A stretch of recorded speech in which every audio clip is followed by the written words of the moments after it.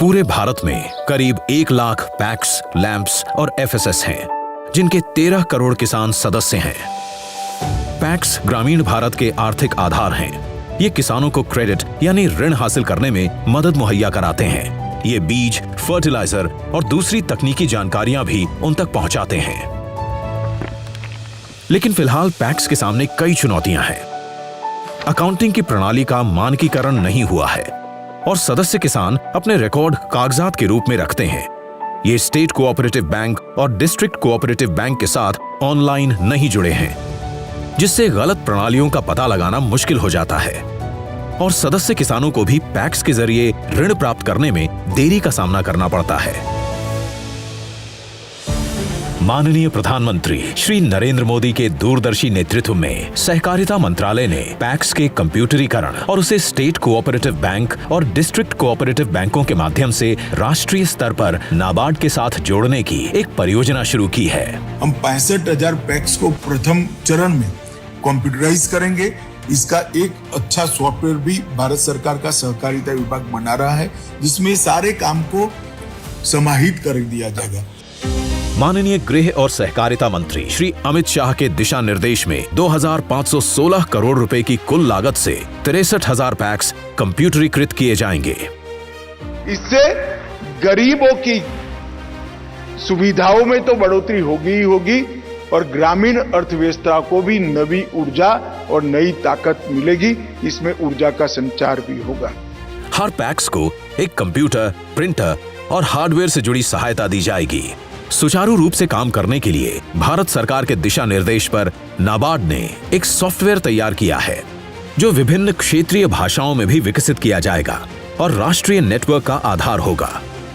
ये ERP आधारित सामान सॉफ्टवेयर है, जो पैक्स के संबंधित सभी कारोबारी गतिविधियों को संभालने में सक्षम है। इसके जरिए पैक्स अन्य सेवाओं जैसे कि अनाज भंडारण, गोदाम, पेट्रोल पंप तथा गैस कनेक्शन आदि दे पाएंगे।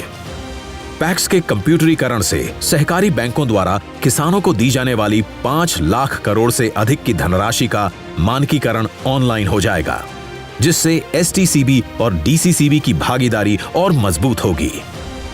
नाबार्ड द्वारा 5 साल की अवधि के लिए मदद उपलब्ध कराने के उद्देश्य से सिस्टम इंटीग्रेटर्स को नियुक्त किया जाएगा और सदस्यों को प्रशिक्षण भी दिया जाएगा।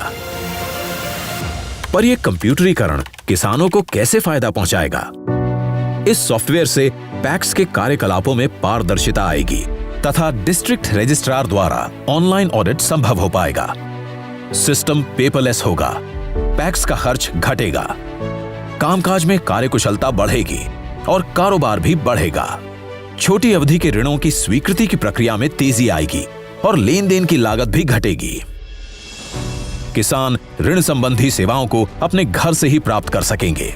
ऐसे कंप्यूटरीकृत नेटवर्क से किसान राज्यों और केंद्र सरकार की योजनाओं और सेवाओं का आसानी से लाभ ले पाएंगे। जो भी किसान का डाटा है, चाहे लोन संबंधी डाटा है, उसकी कितनी किस्त बैठती है, जो भी हिसाब है वो ऑनलाइन होगा। इसलिए जो लेन देन में जो एक पारदर्शिता आएगी वो इस कंप्यूटराइजेशन की वजह से आएगी।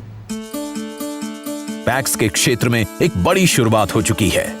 अभी तक मंत्रालय को 24 राज्यों और 4 केंद्र शासित प्रदेशों से 58,000 से ज्यादा पैक्स के प्रस्ताव प्राप्त एवं स्वीकृत हो चुके हैं।